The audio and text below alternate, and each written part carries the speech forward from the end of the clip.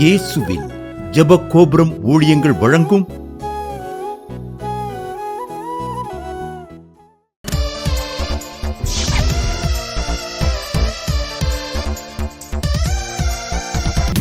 அபிஷேகம், நல்ல அபிஷேகம், ஆனந்த தைல அபிஷேகம், இன்று அபிஷேகம், நல்ல அபிஷேகம், ஆனந்த தைலத்தின் அபிஷேகம், புது எண்ணெய் அபிஷேகம், புண்ணியர் தருகிற அபிஷேகம், புது எண்ணெய் அபிஷேகம், பரிசுத்த அபிஷேகம், நல்ல அபிஷேகம், ஆனந்த தைல அபிஷேகம், இன்று அபிஷேகம், நல்ல அபிஷேகம், ஆனந்த தைலத்தின் அபிஷேகம். உங்கள் கட்டுகளை நீக்கி உங்கள் சிறையிருப்பை மாற்றுவது ஆண்டவராகிய இயேசு கிறிஸ்துவின் அபிஷேகம் மட்டுமே.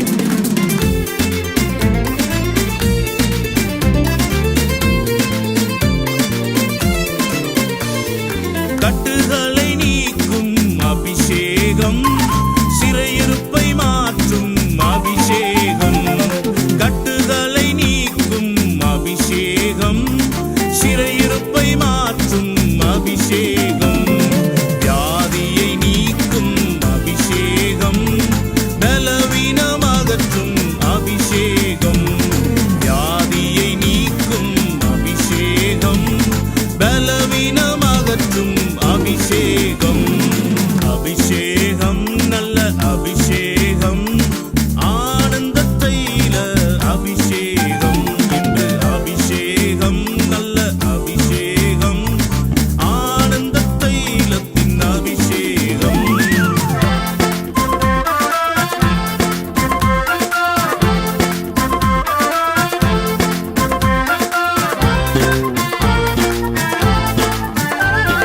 சாத்தானை ஜெயித்த அபிஷேகம், சாவை வென்ற அபிஷேகம், சாத்தானை ஜெயித்த அபிஷேகம், சாவை வென்ற அபிஷேகம், கிருபையை பொழிந்திடும் அபிஷேகம், மகிமையால் நிரப்பும் அபிஷேகம், கிருபையை பொழிந்திடும் அபிஷேகம், மகிமையால் நிரப்பும் அபிஷேகம், அபிஷேகம், நல்ல அபிஷேகம், ஆனந்த தைல அபிஷேகம், இன்று அபிஷேகம், நல்ல அபிஷேகம், ஆனந்த தைலத்தின் அபிஷேகம். கோயம்புத்தூர்லேருந்து வள்ளியம்மாங்கிறவங்க எழுதியிருக்காங்க. என் பேத்தி கல்யாணம் ஆகி 5 வருஷம் குழந்தை இல்லை. நான் ஜாய் டிவி ஒவ்வொரு வாரம் ஞாயிற்றுக்கிழமை மாலையில் 7:30 மணிக்கு பார்ப்பேன். அம்மாட்ட 2 நாள் ஜெபம் பண்ணேன் தொடர்ந்து. கர்த்தர் அற்புதமாக என் பேத்தி கன்சீவாகும்படி கட்டளையிட்டார். அது மாத்திரமில்ல 10வது மாதம் அழகான பொம்பளை பிள்ளையை கொடுத்தாரு. கர்த்தரை நாம மகிமைப்படுவது சாட்சி எழுதியிருக்காங்க. நம்பிக்கையிலே சந்தோஷமாயிருங்கள். ஆண்டவராய் இயேசு கிறிஸ்து நாமத்தில் ஜாய் டிவி நேயர்களுக்கு அன்பான வாழ்த்துக்களை தேவ சமூகத்திலிருந்து கூறுகிறேன். நீங்கள் எல்லோரும் நன்றாக இருப்பீர்கள் என்று நம்புகிறேன். உங்கள் ஒவ்வொருவருக்காக நாங்கள் டெய்லி ஜெபிக்கிறோம். நீங்கள் எங்களுக்காக ஜெபம் பண்ணுங்கள். இந்த ஊழியங்களுக்காக நீங்கள் முடிந்த காணிக்கை அனுப்பி ஜெப பங்காளர்களாக மாறுங்கள் என்று உங்கள் அன்போடு கூட கேட்குறோம். அல்லேலூயா. இந்த மினிஸ்ட்ரி தேவனால் எல்லாம் கூட பத்திரிக்கை வெளிவருகிற இந்த மினிஸ்ட்ரி மூலம் அதே போல் 12 மணி துதி ஆராதனை ஒவ்வொரு மாதம் 3ஆம் சனிக்கிழமை வைக்கிறோம். திங்கள் வெள்ளி எப்போதுமே ப்ரேயர் இருக்கும். ஒரு விசேஷமாக 40 நாள் ஜெபம், 100 நாள் ஜெபம், 21 நாள் ஜெபம், 52 நாள் ஜெபம் நாங்கள் தொடர்ந்து ஜெப ஊழியம் நடந்துக்கிட்டு தான் இருக்கிறோம். உங்கள் குறிப்புகள் எதுவாக இருந்தாலும் நீங்கள் சொன்னீங்கன்னா நாங்கள் எழுதி வச்சு ஜெபம் பண்ணுவோம். நீங்கள் நிறைய பேர் அற்புதம் நடந்தால் சொல்ல மாட்டேங்கிறீங்க. அது எப்போவே மகா குழந்தைய பத்துருச்சுன்னு சொல்கிறீங்க. எப்போமாவது சமயத்துக்கு ஃபோன் அடிப்பாங்க. இன்னும் உங்கள் பொண்ணு கல்யாணம் ஆகலைன்னு சொன்னீங்களா? அது கல்யாணம் ஆகி குழந்தைய பிறந்துச்சுப்பா. அதை சொன்னால் தானே எங்களுக்கு தெரியும். நாங்கள் அதுவரை என்ன பண்ணுவோம்? ஜெபம் பண்ணிகிட்டே இருப்போம். அதனால் அற்புதம் நடந்தால் அந்த அற்புதத்தை ஆண்டவர் நாம் மகிமைக்கென்று நீங்கள் பகிர்ந்து கொள்ளுங்கள். டிவியில் சாட்சி சொல்ல சொன்னால் நாங்கள் என்ன செய்வோம்? சாட்சி கண்டிப்பாக சொல்லுவோம். சரியா? ஆகவே சில பேர் சொல்லுவாங்க, பிறகு என்ன எங்கள் சாட்சி வரும்னு பார்த்தோம், நீங்கள் சொல்லவே இல்லைன்னு ஒரு அம்மா ஃபோன் அடிச்சிச்சு. நீங்கள் சொன்னால் தானே, நான் சொன்னால் உடனே எழுதிடுவேன், நோட்டில் மறக்காமல் எழுதிடுவேன். அந்தந்த மாதத்துக்கு சாட்சிகள் வாசிக்கணும் அப்படின்னு. சரி, ஆகவே நீங்கள் தொடர்ந்து எங்களுக்காக ஜெபம் பண்ணுங்கள். உங்களுக்காக நாங்கள் ஜெபிக்கிறோம். இப்போ தலையை தாழ்த்தி ஜெபம் பண்ணுவோம். பரலோக பிதாவே, நாங்கள் சோத்தரிக்கிறோம், துதிக்கிறோம். ஆவியானவர் இறங்குவீராக. அபிஷேகம் இறங்கட்டும், வல்லமை இறங்கட்டும், பிரசனம் மூடட்டும், கட்டுகள் உடையட்டும். ராகா தீகா ராபா தீகா ரா ஓ ராபா தீகா லராபா ஷே ஓ ராபா தீகா பி அந்தல லபரவ ஷே. ஓ மனைவி மேலே சந்தேகப்படுகிற அருமையான சௌரனை சந்தேகப்படுவதை விட்டுவிடு. அலே லோய், சந்தேகப்படுகிறவன் கடல் அலைக்கு ஒப்பாக இருக்கிறான். அலே லோயா, அலே லோயா ராகா தீகா ராபஷே. அலே லோயா, அலே லோயா. நன்றி நன்றி. ரோகோ தூகா ராபஷே. ஆமேன் ஆமேன். அலே லோயா, அலே லோயா. பிள்ளைய குடிக்கிறாங்க, கவலைப்படுறீங்க. குடியிலேருந்து விடுதலை வேணும்னு செபிக்கிறீங்க. கர்த்தர் குடியிலிருந்து விடுதலை தருகிறார். குடிகார பிசாசே, குடிக்கிற ஒவ்வொரு தேவலை விட்டு வெளியேறி போனசுனா இயேசுநாமத்தினால் ஆவியானவரே இறங்கும்படியாக செபிக்கும். ஆமேன். எப்போ பாரு பக்கத்தில் சண்டையாக வந்துக்கிட்டே இருக்கு. அலே லோயா. யுத்தங்களை கர்த்தர் ஓயப்படுவேங்கிறார். அலே லோயா, அலே லோயா. ராக தீகா லாராவா ஓராவா தீகேபி அந்தலவரவா.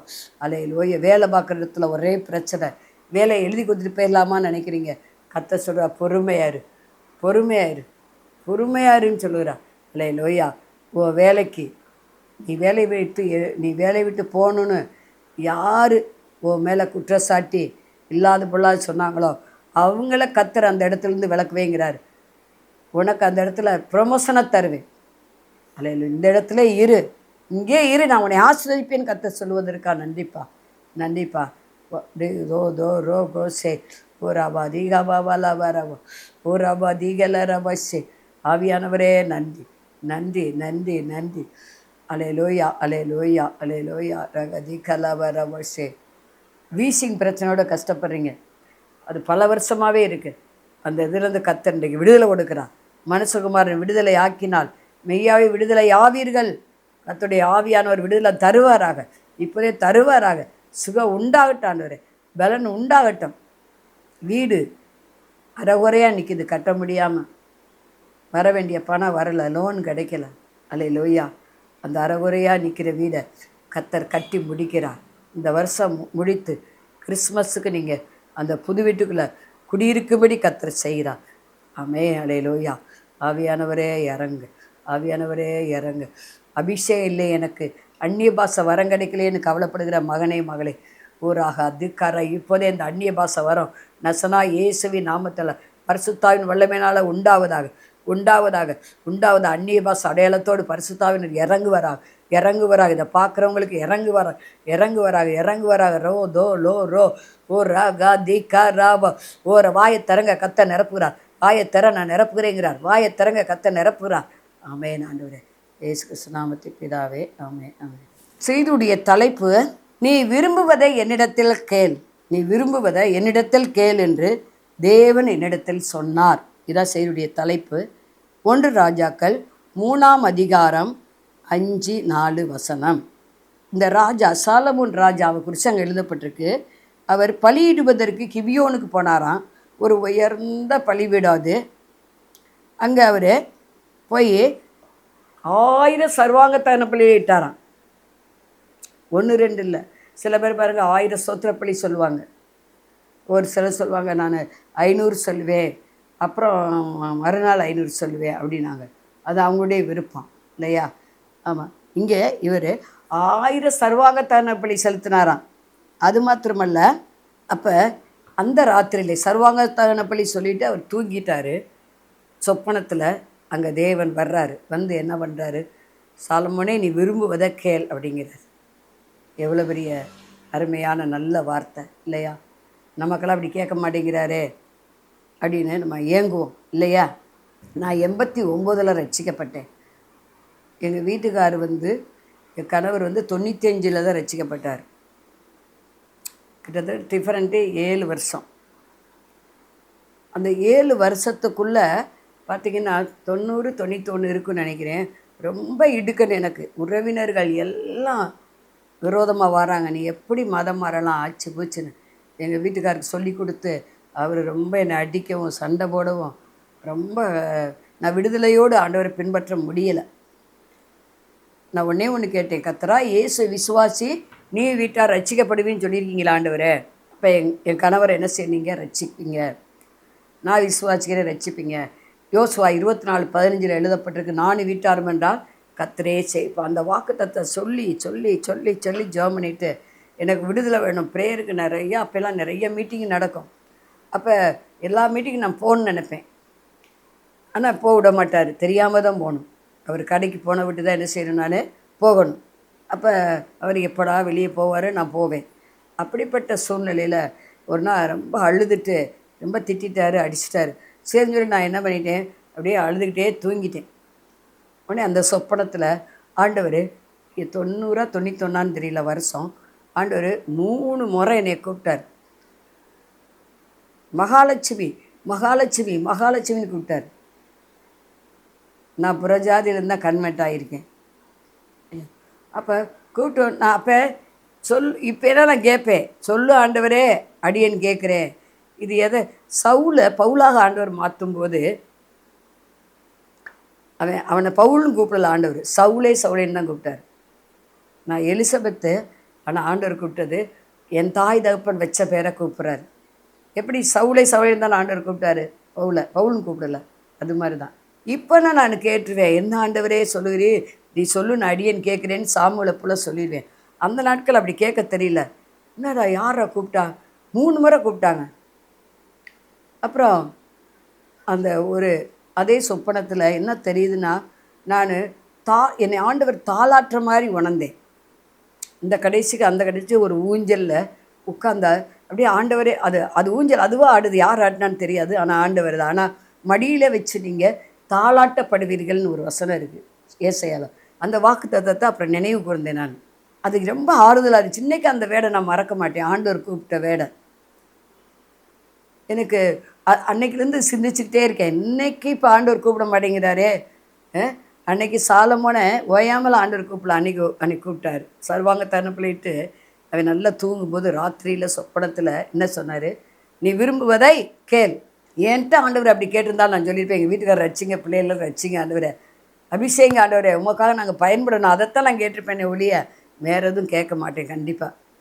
ஏன்னா ரட்சிப்பு விலையேறப்பட்டது. எல்லாத்தையும் விட உலகத்தில் ஒரு மனிதன் எல்லாவற்றையும் ஆதாயம் பண்ணி கொண்டாலும் தன் ஜீவனை கெடுத்து நஷ்டப்படுத்தினா அவனுக்கு லாபம் என்னன்னு இருக்குது பைபிளில். அவனுக்கு லாபம் என்ன சொல்லுங்கள்? ஒரு லாபம் கிடையாது. அப்போ ரட்சிப்பு தான் விலையேறப்பட்டது. ஆத்தும ரட்சிப்பு அருமையானதுன்னு இருக்குது. ஒரு ஆத்துமா ரட்சிக்கப்படாமல் பரலோகம் போகவே முடியாது. இன்றைக்கி நிறைய பேர் ஆத்துமா ரட்சிக்கப்படல, பரிசு ரட்சிக்கப்படல, ஆவி ரட்சிக்கப்பட்டிருக்கு. ஆத்துமா ரட்சிக்கப்படலைன்னு எதை வச்சு சொல்கிறேன்னா, பழைய சுபாவங்கள் அப்படியே இருக்கும். கோபம், எரிச்சல், பகை, விரோதம், பழி வாங்குதல், பதிலுக்கு பதில் பேசுகிறது, பிறரை குற்றப்படுத்துகிறது, இதெல்லாம் ஆத்துமா ரட்சிக்கப்பட்டிருந்தால் வராது. உங்கள் ஆத்துமா புதுப்பிக்கப்பட்டிருக்கணும், உங்கள் ஆத்துமா செப்பனிடப்பட்டிருக்கணும், உங்கள் ஆத்துமாவில் தேவ ஆவியினால் நிரப்பப்படணும், வசனத்தினால் நிரப்பப்படணும், வார்த்தையினால் நிரப்பப்படணும்.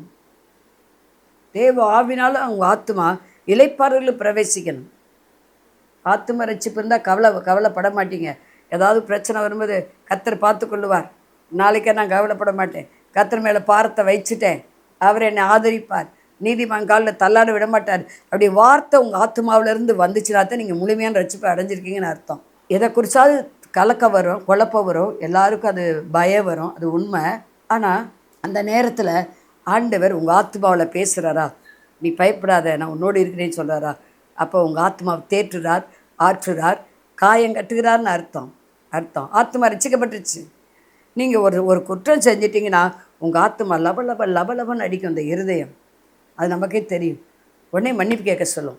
அதை ரட்சிக்கப்பட்ட ஆத்மாவுக்கு அடையாளம். நம்ம அநேக விஷயங்களை தவறுகிறோம். எல்லாம் நல்லவங்களே கிடையாது. ரட்சிக்கப்பட்டவங்களுக்கு சில வேளை மாம்சத்தில் போய் ஏதாவது ஒன்று தப்பு பண்ணிடுவோம். ஆனால் நம்ம அப்பப்போ நல்மனம் பொருந்தணும். அதான் உண்மையான ரட்சிப்பு. செபிக்க விட மாட்டார் நம்ம ஆத்மாவை ஆண்டவர். ஏதாவது தப்பு பண்ணிட்டோம்னா செபிக்க விட மாட்டார். அதை நான் நிறைய உணர்ந்திருக்கேன். அப்புறம் என்ன ஆண்டவரே ஜெபமே ஓட மாட்டேங்குது அப்படின்னு கேட்டால், நீ இதை பேசிட்டே இல்லை, இதை செஞ்சிட்டே இல்லை, அதனால தான். உடனே மன்னிப்பு கேட்டு அவங்களுடையும் போன்ற கூட அப்படியே சமாதானம் ஆகி அப்படியே ஜெபம் பண்ணாத்தேன் அந்த ஆவியில் ஒரு எழுப்புதல் உண்டாகுது. ஆத்மா உற்சாகமாக இருக்குது. ஆத்மாவில் ஒரு ஒரு ஒரு சந்தோஷம் இருக்குது, ஒரு இளைப்பாறுதல் இருக்குது. ஆனால் இந்த சாலமோன் பாருங்கள், இவர் என்ன பண்ணார்? நீ விரும்புவதை கேள்னவுடனே அவர் எதை கேட்டார் தெரியுமா? அவர் ஆயுசை கேட்கல, சத்துருக்களை பழிவாங்குன்னு கேட்கல, எனக்கு பணம் கொடுங்க நிறையா அப்படின்னு கேட்கல. அவர் என்ன கேட்குறாரு? இவ்வளவு ஜனங்களை, இஸ்ரவேல் ஜனங்கள் கோடிக்கணக்கான ஜனங்கள் இருக்காங்க ஆண்டவரே, இவங்களை நான் ஞானமாய் சரியாய் நடத்தணும், எல்லாரையும் ஒன்றுவோட நான் நடத்தணும். ஏழையோ பணக்காரனோ படித்தவனோ படிக்காதவனோ எல்லாவற்றையும் நான் சரிசமமாக என்ன செய்யணும்? நான் அவங்கள நல்லா நடத்தணும். அதுக்கு எனக்கு ஞானம் வேணும்னு கேட்குறார். இதை கேட்டு கொடுக்குற அருமையான சகோதரிய, ஆண்டவர் ஞானத்தை கொடுத்தாரா? கொடுத்தாரு. அதே அதிகாரத்தில் 1 ராஜாக்கள் 3 பார்த்தீங்கன்னா, யாருக்குமே முன்புள்ள ராஜாவுக்கோ பின்புள்ள ராஜாவுக்கோ அப்படிப்பட்ட ஞானம் கொடுக்கப்படலையா. அவருக்கு அவ்வளவு ஞானத்தை கொடுத்தார், அவ்வளவு ஞானத்தை கொடுத்தார், கிருபையை கொடுத்தார். ஆண்டவரே சாட்சி கொடுக்குறார். நீ ஒரு சத்துருக்கள் பிராண கேட்கல, ஆயுசை கேட்கல, படத்தை கேட்கல, சொத்தை கேட்கல, ஆனால் நீ ஞானத்தை கேட்டவாறு அது என்னுடைய பார்வைக்கு மிகுந்த உகந்ததாக இருக்கிறது, என் பார்வைக்கு மிகுந்த சந்தோஷமாக இருக்கிறது, என் பார்வைக்கு அது ரொம்ப ரொம்ப எனக்கு பிடிச்ச ஜபத்தை நீ பண்ணிட்டப்பா. அப்போ ஆண்டவருக்கு பிடிக்காத ஜபமும் இருக்கா இல்லையா? இருக்கு. ஞானம் நீதிமொழிகளில், அதே சாலமோன் தான் எழுதுகிறாரு இந்த நீதிமொழிகளில், ஞானத்தின் வலது கையில் தீர்க்க ஆயுசு இருக்கான், இடது கையில் செல்வம் இருக்கான். நம்மளும் கூட நம்முடைய விருப்பம் என்னவா இருக்க வேண்டும்? நீ விரும்புவதை கேள்ட்டாரு, அதை கொடுங்க இதை கொடுங்கன்னு சொல்கிறத விட, ஆண்டவரே எனக்கு ஞானத்தை தாங்க, ஞானத்தை தாங்க ஆண்டவரே. ஞானத்துக்கு விரோதமாக அது பூமியில் ஒன்றுமே இல்லை. என்னை ஞானத்தின் ஆவிலாம் நிரப்புங்க, புத்தி வேகம் அறிவுள்ளவளாய் மாற்றுங்க ஆண்டவரே, வேகம் உள்ளவளாய் மாற்றுங்க ஆண்டவரே, பேரமை விட்டு நான் திருமணம் ஆண்டவரே அப்படின்னு சொல்லி நீங்கள் ஞானத்துக்காக நம்ம கேட்கணும். நம்ம விருப்பம்லாம் ஞானமாக இருக்கணும், ஞானமாக இருக்கணும். ஞானத்தை கேட்டால் ஆண்டவர் தருவாரா? இருக்குது. யாக்கோபு 1:5 இருக்குது, ஒருவர் உங்கள் ஞானத்தில் நீங்கள் குறைவுள்ளவளாக இருந்தால் எவரை கடிந்து கொள்ளாத சம்பூர்ணமாய் கொடுக்குற தேவனிடத்தில் கேட்க கடவன், அது அவனுக்கு கொடுக்கப்படும் இருக்கு. நீதிமொழி 2:6 சொல்லுகிறது, கர்த்தர் ஞானத்தை தருகிறார், அவர் வாயிலிருந்து அறிவு புத்தி வரும்னு இருக்கு. அப்போ ஞானத்தை கேளுங்க, நீ விரும்புவதை கேளு ஆண்டு சொன்னவன. அவர் கேட்டது, சாலமன் கேட்டது ஞானம்தான், ஞானம்தான். நீங்கள் நானும் ஞானத்தை கேட்டு பெற்றுக்கொள்ளுவோம். ஞானத்தை சம்பாதி, புத்தியை சம்பாதி. ஞானத்தை பார்த்து சகோதரின்னு சொல்லு, புத்தியை பார்த்து சிநேகிதின்னு சொல்லுங்கிறாரு. அதே சாலமன் தான் சொல்கிறாரு. அப்போ இன்றைக்கி ஞானம் இல்லாமல் நம்ம இருக்கிறதா நிறைய காரியங்களில் தோல்வி சந்திக்கிறோம், வருத்தத்தை சம்பாதிக்கிறோம், மன உளைச்சலை சம்பாதிக்கிறோம், சரியான தூக்கம் வர மாட்டேங்குது. ஞானம் இல்லாமல் ஏதாவது பேசுகிறோம், அவசரப்பட்டோம், கோபப்பட்டோம். அதனால பாருங்கள், நமக்கு காரியங்கள் கைவிடி வர மாட்டேங்குது. புத்தியாக ஞானமாக செய்யணும் ஒவ்வொரு காரியத்தையும். அது ஊழிய காரியமாக இருந்தாலும் சரி, குடும்ப காரியமாக இருந்தாலும் சரி, அது வேலை காரியமாக இருந்தாலும், தொழில் காரியமாக இருந்தாலும், படிப்பு காரியமாக இருந்தாலும் சரி, அதுக்கு எல்லாவற்றுக்கும் யூகத்தி செய்வதற்கு பெசல வேலை ஆண்டவர் ஞானத்தின் ஆவினால் நிரப்பினாராம். அப்போ கர்த்தர் சொல்லுகிறார், விரும்புவதை கேள்னவுன்னு அவர் ஞானம் கேட்டார், அவருக்கு தந்தாரா? தந்தார். அடுத்து ஒருத்தர் விருப்பத்தை கேட்குறாரு, இன்னொருத்தர் விருப்பத்தை. மத்தேயு 15:28 சிறியே நீ விரும்புகிறபடியே உனக்கு ஆக கடவுது. அவருடைய மகள் ஒரே குமாரத்தி என்னவென்றால் பிசாசினால் ரொம்ப கொடுமைப்படுத்தப்படுகிறார், அள்ளைக்கழிக்கப்படுகிறார். கானானிய ஸ்திரீ என்று எழுதப்பட்டிருக்கு. இவள் ஆண்டவர் இந்த கானான் பக்கம் வந்திருக்காருன்னு கேள்விப்பட்டு அவள் அப்படியே வருகிறாள். வரும்போது ஆண்டவரை பின்னால் துரத்திக்கிட்டே வரான். ஆண்டவரே ஆண்டவரே என் பிள்ளைக்கு இறங்க இறங்க இறங்கன்னு. ஆனால் அவர் கண்டுக்கிடவே இல்லை. சீசன் சொல்கிறாங்க, அவளை அனுப்பிவிடு, பின்னாலே ஒரு லேடி வந்துக்கிட்டே இருக்கா, வெயிலும் பாராமல் மழையும் பாராமல். நம்ம பின்னாடியே ஒரு லேடி என்பவள் பலவீனமாக தான் இருப்பாள். நம்ம ஆம்பளையில் வேகமாக போவோம். அவள் பாருங்கள் ஆண்டவர் பின்னால் வந்துக்கிட்டே இருக்கிறா, அவளுக்கு என்னன்னு கேட்டு அனுப்புங்கப்பா அப்படின்னு சொல்லும்போது ஆண்டவர் சொன்னார், பிள்ளையின் அப்பத்தை எடுத்து நாய்க்குட்டிகளுக்கு போடுவது நல்லதல்லேனாரு. ஆனால் அவள் என்ன சொல்கிறா தெரியுமா? ஆமாண்டவரே, மெய்தான் ஆண்டவரே, நாய்க்குட்டின்னு நீங்கள் வச்சுக்கிட்டாலும் சரி, எப்படி வச்சுக்கிட்டாலும் எப்படி நீங்கள் கூப்பிட்டாலும் எனக்கு கவலை இல்லை, எனக்கு தேவை என் மகளுக்கு சுகம் வேணும். இப்போ பிசாசினால் கொட்டிய வேதனைப்படுகிறாள், அவளுக்கு சுகம் வேணும் அப்படின்னு அவள் கேட்கும்போது உடனே மெய்தான் ஆண்டவரே, அந்த நாய்க்குட்டி மேஜைக்கு கீழே இருக்கிற துணி கீழே தின்னுமே, எஜமானோ ஒரு யாரோ மேஜையிலும் சாப்பிட்றாங்க, அது கீழே 1-2 விழுகாமல் போகாது.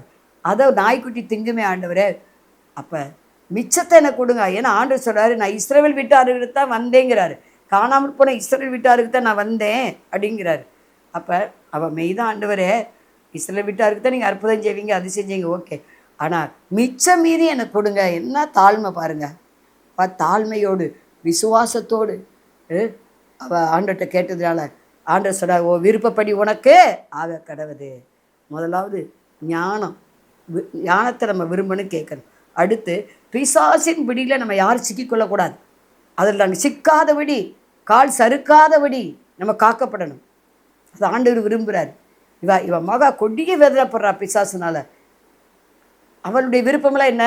தான் மகள் சுகமாகணும், பிசாசு போராட்டத்துக்கு விடுதலை கொடுக்கணும். நமக்கு ஒரே எதிரி பிசாசு தான்.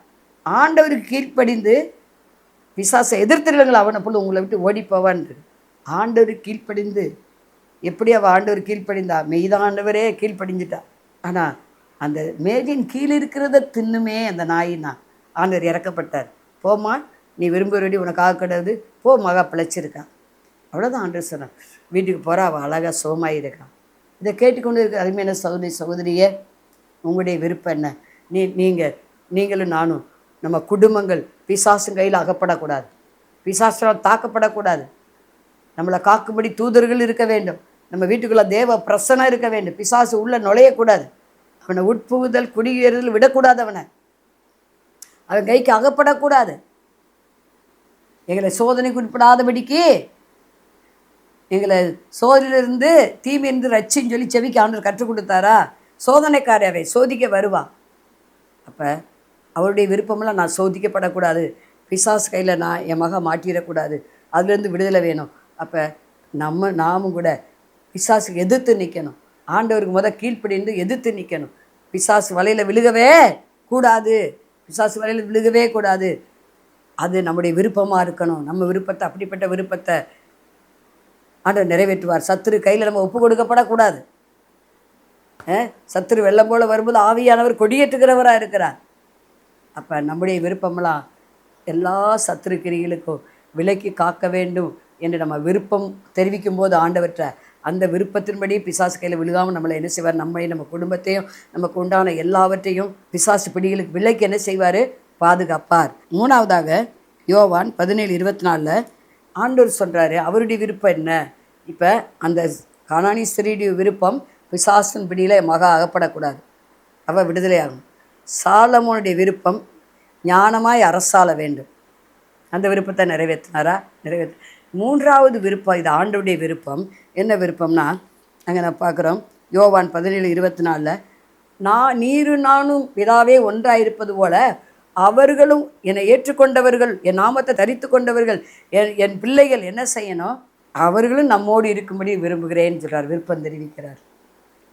பாருங்கள், ரட்சிக்கப்பட்ட ஒவ்வொருவரோடு ஆண்டவர் இருக்க விரும்புகிறார்.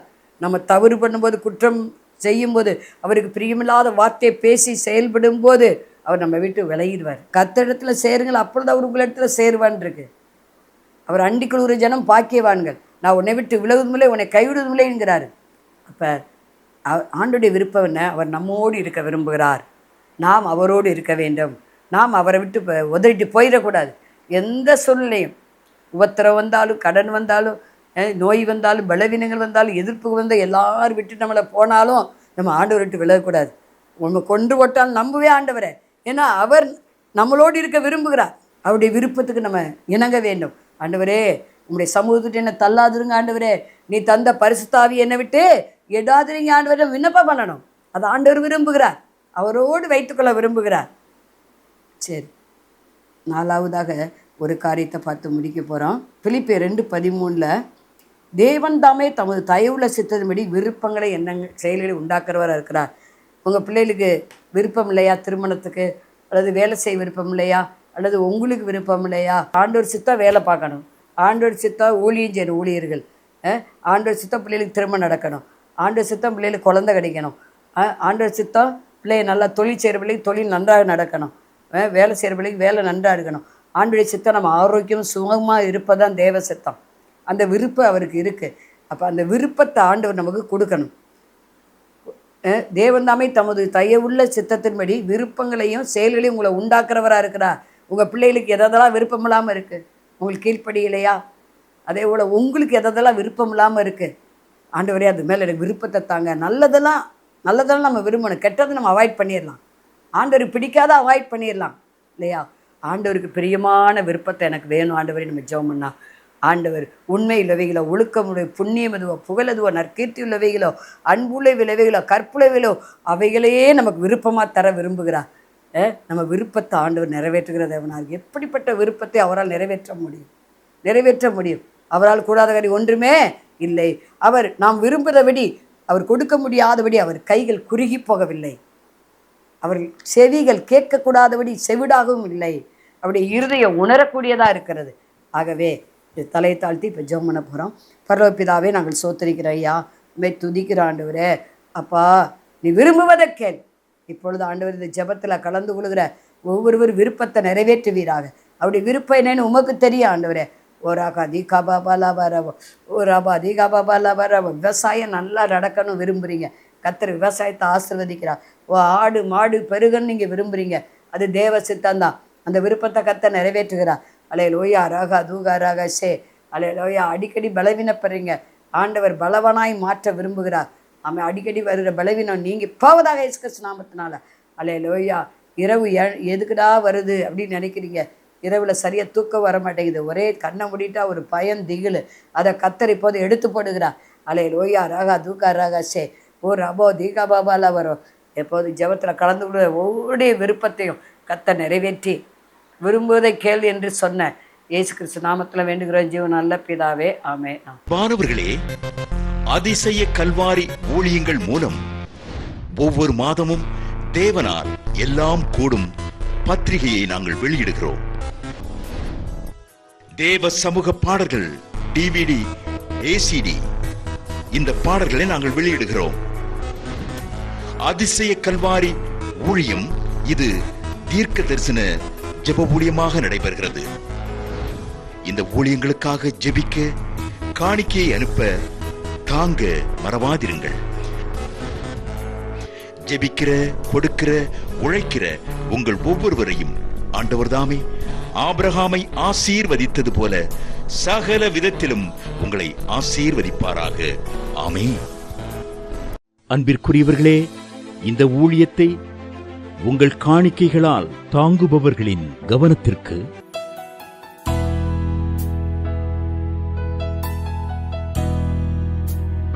ஜிபே மூலமாகவும் நீங்கள் தாங்கும்படி உங்களை பட்சமாய் கேட்டுக்கொள்கிறோம். எங்களுடைய ஜிபே எண்ணானது 9439308550. எங்களது முகவரி சகோதரி எலிசபெத் சுந்தரராஜன், எண் 27, பொதிகை தெரு, குழந்தைசாமி நகர், வண்டியூர், மதுரை 20. செல்போன் எண்கள் 9487177765, 9095328172 மற்றும் 9443930850.